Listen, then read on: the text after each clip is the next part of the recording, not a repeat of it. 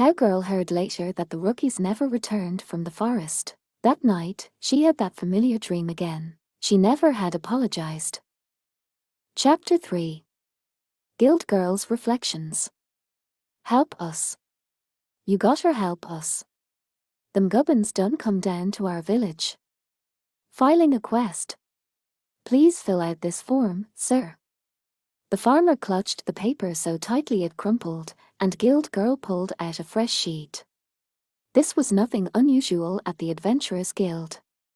She dealt with half a dozen people like this before breakfast. Adventurers were busy during the day, so they mostly visited the guild hall in the morning or evening. Those filing quests, however, were not so predictable. The battles among the gods had gone on so long that monsters were a familiar part of the world now. When a village was attacked, a nest of terrible creatures would inevitably be found in some nearby ruins or the like. The man before her that afternoon was just one more in a parade of people who showed up at their wits' end. If this goes on, gods know what's gonna happen to the poor cows. And our damn fields. The goblins'll light 'em up. The farmer's hand quaked as he wrote. Each time he made a mistake, Guild Girl was ready with a new quest sheet. Yes, each time monsters appeared, each time they attacked a village, the adventurers would come. Be it dragons, demons, giant eyes with their unholy names, or sometimes even a crew of heartless outlaws, all who stood among the age-old enemies of those who have words, the unpraying. Granted, this was a dubious term, since it included priests serving the dark gods. And most numerous among the unpraying were, you guessed it, goblins. We ain't even got no young ladies for 'em to carry off. Guild Girl narrowed her eyes, trying to make sense of letters that crawled like worms across the page. They were hardly legible. This was the most talented scribe the village could muster. Somehow it was always these tiny frontier farm towns the goblins went after. Were the goblins really targeting the villages on purpose? Was it just because there were so many villages, or so many goblins? As far as Guild Girl was concerned, such questions were above her pay grade. It looks like the paperwork is in order. Do you have the reward with you? Sure enough. Say, is it true the goblins take a girl sometimes and get to know her, then eat 'em? There are cases where that has happened, sir. The farmer was noticeably paler as he took out a sack. Guild Girl accepted it without a waver in her perfect smile. It was terribly heavy. The sack was filled mostly with copper coins, a few silver ones shining among them. There wasn't a single gold coin in the bag. Guild Girl took a set of scales from underneath the counter. The value of the coins would be measured against an established weight. All right, I've confirmed the amount, she said after a moment. You're all set here. She doubted whether the reward would even come to 10 full gold pieces. Barely enough to hire a few porcelain rank adventurers at guild rates. Take into account the processing fees the guild charged for acting as an intermediary, and the farmers might actually be in the red. But that mound of coins, some covered in dirt, some in rust, new and old pieces thrown in together, had meaning. Someone who didn't understand that meaning could never become a guild receptionist. Don't worry, sir. Some adventurers will be by within a few days to slay your goblins. No matter how she felt inside, her smile never faltered. The farmer nodded with relief. He was probably picturing a monster hunter in resplendent armor, gallantly fighting off the goblins. Guild Girl knew better. She knew that was not who would show up. The adventurers who would find their way to that village would be porcelain ranked. Total beginners. Most of them would be wounded in the battle. If things went poorly, they would die. There was even a chance that, worst-case scenario, the village would be destroyed. So, while it might have been simply to make everyone feel better, all rewards were paid at the end of the quest. There was no end to goblins. A proverb held that each time a person fails, a goblin is born. They had only their numbers going for them. They were the weakest of all the monsters that might attack a village. Even trolls were no comparison. Goblins had only the wits, strength, and physical size of small children. Then again, that's another way of saying goblins were every bit as smart, strong, and quick-witted as children. Goblin slaying paid a pittance. Experienced adventurers avoided it like the plague. Absolute newcomers were the only ones they could send. They might be wounded, they might die, but they would kill the goblins. Even if the first party to go in was wiped out, the second or the third would come through. Yes, the goblins would be driven out. Then the state wouldn't have to get involved. The state had bigger things to worry about: demons, general chaos. Well, miss, I sure am hoping. Sure am hoping you can help us. Bureaucratic procedures finished, the farmer left the guild building, bowing his head repeatedly in thanks. Guild girl watched him go with a smile, holding back a sigh. This is the third one today. Send 3 parties of fledgling adventurers to their deaths, or let 3 villages be destroyed. Just thinking about it made her stomach knot. It hung over her like a cloud. Of course, Guild Girl tried to explain things to all the rookies. She told them about the danger, even recommended other quests they could take. But no one ever wanted their adventure to be killing rats in the sewers. The experienced adventurers, for their part, were quite happy hunting down the creatures that lived in the mountains, far from any human habitation. Very few adventurers who took on a goblin-slaying mission returned unscathed. Mostly it was starry-eyed adventurers just starting out who took those assignments. The rest had just a modicum of experience. The guild was forever troubled by its inability to produce a solid core of goblin fighters. And there simply were no accomplished adventurers who would willingly take on the immensely dangerous goblins. Well, she said to herself, stretching out across the counter, that's not quite true. The cool, polished countertop felt good against her flushed forehead and cheeks.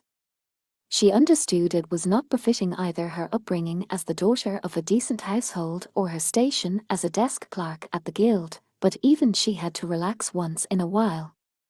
And there were no visitors to see her just then, anyway. I wish he'd hurry up and get here. And at just that moment, the bell jangled as the door of the guild opened. Guild girl bolted upright. My dear guild girl, I have defeated some brigands. A spear-wielding adventurer came bursting through the entryway. The twisting expression on his face hardly looked happy. Behind him, a witch entered with mincing steps, her hips swaying as she walked. She met Guild Girl's eyes, which winked at her apologetically. Guild Girl put that perpetual smile back on her face. Oh my, that sounds very tiring. Could you make your report, please? Well, let me tell you, it wasn't easy. They were encamped right on the main road. Oh my, that sounds very tiring. Please tell us all about it in your written report. There had to be at least 21 bandits holed up in there, and I took on every one. Oh my, that sounds very tiring. Maybe you should try a stamina potion. Yes, please. Here you go. Thank you for shopping with us. The items the guild sold on behalf of the merchants who frequented the place were, understandably, not of exceptionally high quality. The stamina potion, for example, was not a proper magic potion but a brew of a few different herbs, but it worked. There was no harm in keeping one on hand or even in actually drinking it. And the profit the guild made on such items could be put to all sorts of useful purposes. I'm never putting my face on that spot again, though, Guild Girl vowed to herself as, with a placating smile, she watched Spearman lean on the counter right where she had been lying a moment before. That was when the bell rang a second time. Oh. The figure that appeared in the doorway made Guild Girl's face light up, and Spearman gave an unconcealed cluck of his tongue. His stride was bold and unconcerned, somehow threatening violence. He wore stained leather armor and a steel helm. His gear was cheap, pathetic even. No one in the guild hall had to look at the silver tag around his neck to know who this was. Goblin Slayer, welcome back. Are you all right? No major injuries. None to speak of. Her pasted-on smile opened into a laugh like a flower bursting into bloom. As Spearman stood by with a choked expression, Goblin Slayer nodded and said, It was a small nest, but there was a hob there. Troublesome. I would love to hear all about it. Please have a seat, rest. Oh. I'll put on some tea, too. Guild Girl ran like an excited puppy into the back office, her braid bouncing. Goblin Slayer sat easily in a nearby chair, and he happened to glance at Spearman. For the first time, he seemed to realize Spearman had fixed him with a cold glare, and with a soft HMPH, Goblin Slayer said, "I apologize if I interrupted something." There was a long pause. Then Spearman replied, "No, you didn't. I'd already finished making my report." "I see." The spear-wielding adventurer kicked a chair with a venomous grunt. On the bench facing him, Witch, who had watched everything, was waiting with a smirk. "Brigands, you say, if we hadn't taken that road, we wouldn't have made a copper today." "Oh, well, excuse me. So what if I wanted to brag a little?" "Even if you say that, Comer," said Guild Girl, her red lips creasing. "So nothing.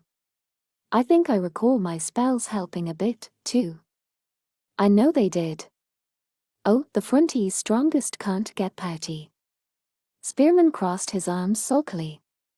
Witch, watching him fondly, gave a pleasant laugh. Guild Girl snorted as she listened and mentally stuck out her tongue at them. She knew, of course, that keeping bandit gangs under control was perfectly worthy work. And she knew Spearman, a silver-ranked adventurer, was renowned by the name the Frontie's strongest. So she didn't take him lightly, and she certainly didn't mean to brush him off. She really didn't mean to. It was just that, well, there are adventurers whose strength was their only claim to fame, and then there were those who went out of their way to take on the work nobody else would do. How can I not treat them a little differently? It wasn't just personal preference. For sure. Probably. She set down the pretty clay mug with a tap. Steam rose from the light brown tea within. When he drank it, Goblin Slayer appeared to be simply pouring the liquid into his helmet. He paid no heed to the fragrance or the flavor. Or the fact that the leaves were from her personal stock, which she'd gotten from the capital and mixed with a bit of stamina potion to create a unique brew. Anyway, welcome back," Guild Girl said as sweetly as she was able. This was how he always was, so she tried not to be bothered by it. "I know you've been partied up with someone lately. Your first solo in such a long time must have been difficult." "I always worked alone before. I can manage." He set the cup down with a nod. She was pleased at least to see there wasn't a drop left. "If nothing else, he's never said no to my tea." "I see," she commented eagerly. Well, it wasn't that there was nothing to complain about. She was genuinely happy that he was mentoring that priestess, whom Guild Girl had given up as hopeless. And she felt better just knowing that he had a companion in arms now. But just him and a girl, all alone in some dungeon. I don't know. The one thing that gave her hope was knowing that he had always been more about work than women, and his friend was a devout cleric. Assuming I haven't misjudged them. Well, it was a little late to worry now, anyway. How long had he been living out on that farm? In fact, Priestess had been off at the temple for 3 days, claiming something about religious duties. Supposedly, she would be back to rejoin Goblin Slayer today or the following day. Guild Girl smiled to herself. It was just like him to keep taking on quests by himself in the meantime. Something wrong? Oh, no. Just don't get yourself in trouble, all right. If by getting myself in trouble I could kill some goblins, I would do it and not count it as a loss.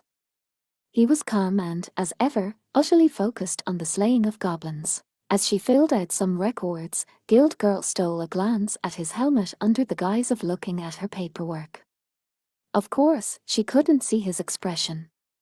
And yet, how long had it been since she'd met him? 5 years almost. She had just finished her training in the capital and been officially assigned to this building. He had shown up at the guild suddenly, a beginner himself then. She was fairly sure that, at the time, she hadn't thought anything of it. But whenever she couldn't move all the goblin-slaying quests, there he would be. He always came back from those quests. And he always finished the job. Every single time. He never showed off his strength or bragged about his accomplishments. He simply did what had to be done, again and again, until he eventually reached silver rank. He didn't take unnecessary risks, he was always kind, if quiet. It was worth the long, anxious waits for his return. He hasn't changed his equipment since we met.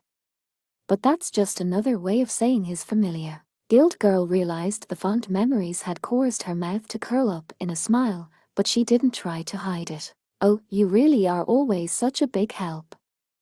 Am I? Oh yes. There was a pause. I see. Guild Girl licked her thumb and paged through her papers, looking, as usual, for any goblin-related quests. Yesterday he had killed goblins. Today he had killed goblins. There were plenty of beginner parties doing good work, too. And yet the goblin-slaying quests never ended. They got at least one every day. Maybe as adventurers multiplied, so did the goblin nests. Or maybe more goblin nests meant more adventurers. Why are goblins always attacking our villages? Guild Girl asked idly. It would be easier if it were the lizardmen, you know. Then, at least the only difference would be culture. Maybe goblins just enjoy attacking people. She thought she was just making conversation. Goblins were something they had in common. In fact, she was half joking. The reason, he said. It's simple. After a pause, he continued, imagine that one day, your home is suddenly attacked by monsters. Guild Girl straightened up and put her hands on her knees. She focused on her ears. She was ready to listen. After all, it wasn't often that he took it upon himself to talk. Imagine that one day your home is suddenly attacked by monsters. They swagger into your village like it belongs to them. They kill your friends, they kill your family, they loot your home. Imagine that they assault your sister. They torture her, they rape her, they kill her. They desecrate the bodies of your family, do whatever they want, cackling all the while. And you see it all from where you're hidden, trying not to breathe. How could you ever let that go? So you get a weapon, you train yourself, you learn, you grow. Everything you do is to help you take revenge. You search them out, hunt them down, you fight, you attack, and you kill them and kill them and kill them and kill them. Sometimes things go well, and sometimes they don't. But each time you ask, how will I kill them next time? What's the best way to kill them? Day after day, month after month, that is all you think about. When you get a chance, of course you test every idea you have. And when you've been doing all that long enough, you start to enjoy it. Guild Girl swallowed heavily. Is that? Are you? Was he still talking about goblins? She wasn't sure. Maybe, the thought flitted at the edge of her mind, he was talking about himself. But before she could voice this speculation, he continued, some fools think they're being magnanimous by saying we should spare the young ones. Don't they realize the goblins steal livestock to keep those children fed? Shaking slightly, Guild Girl nodded. She understood what he was saying very well. Porcelain rankers and young people wanting to be adventurers came all the time, brimming with confidence. I fought some goblins when they came to my village one time. They're small fry. I'll be fine. The ones these village tough guys fought were no more than a few goblins, smoked out easily and set fleeing. Do that once or twice, and it left people thinking they ought to become adventurers. The goblins that survived these encounters, on the other hand, would learn and grow. They were known as wanderers. Many of them eventually settled in new nests, often as chieftains or guards. After that, fights with them were determined less by strength than by luck. That's how things usually go, anyway, he said shortly. In other words, I am to goblins what goblins are to us. Guild Girl caught her breath, lost for words. What could she do with this torrent of emotion? No, first, there was him. Good grief. She let her breath out. Well, excuse me, but... Yes. Before pity, before sadness, before sympathy, we're the ones who give you your quests. So by your logic, what does that make us? Why do I feel so angry? She pasted her usual smile on her face and tapped the counter with a finger. Are you comparing us to the dark gods? That's terrible. Am I really that scary? That's not what I meant. That's what it sounded like. As she smacked the counter again, he gave an intimidated groan. How can the guild keep up its reputation with talk like that going around? Another groan. I'd like to avoid that. Maybe it would be better if I didn't offer you quests in the future. A long pause. That would be a problem for me. Wouldn't it, though? Somehow his frank use of the word problem seemed very boyish. Her fixed smile felt like it was about to shatter. Somebody has to do these quests, and you're doing them. You should be proud of that. She wagged her finger as if to say, if you aren't, it'll reflect on the guild and me. It was true, after all. She was responsible for him as an adventurer. And what was more, you're a silver-ranked adventurer.